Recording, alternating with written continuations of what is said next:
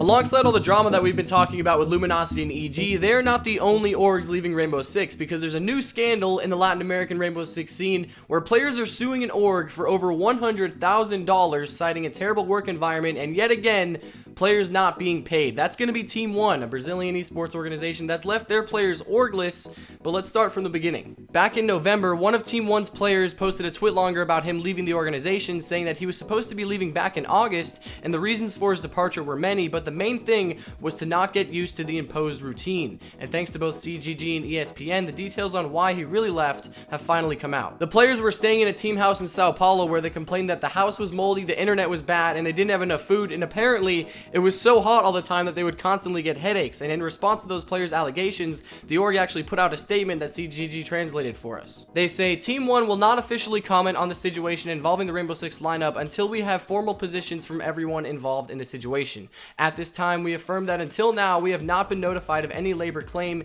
and we remain in contact with the Rainbow Six team, aiming at an agreement for their permanence.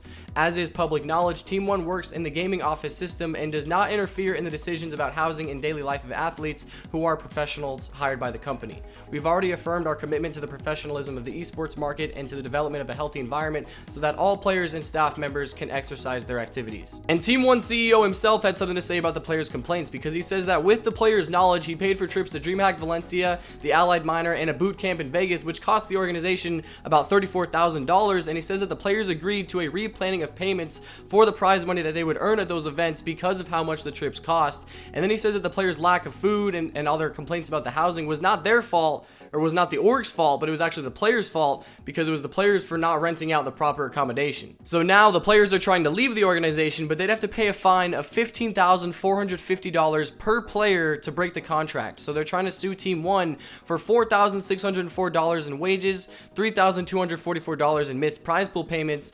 $4,296 as moral damages because of the team house conditions, and $2,862 in legal fees and severance payments per person, which brings the total up to over $100,000. And Ubisoft Brazil actually put out a statement regarding the situation, confirming that the org would be leaving Rainbow Six and saying that this new organization that signs these players again has to provide financial stability and actual decent, good living, working conditions. And now these players still hold their spot in the Brazilian Rainbow Six League, and they're going to be playing as orgless until someone picks them up. But this marks yet another story of players being mistreated and not being paid on time. And I will be here to update you guys in case anything happens, because this is an ongoing legal battle and there is a lot of money at stake. So be sure to check back for updates, because Rainbow Six has been crazy recently, guys, and we've got plenty more coming at you, so stay tuned. I'll see you guys soon. Goodbye.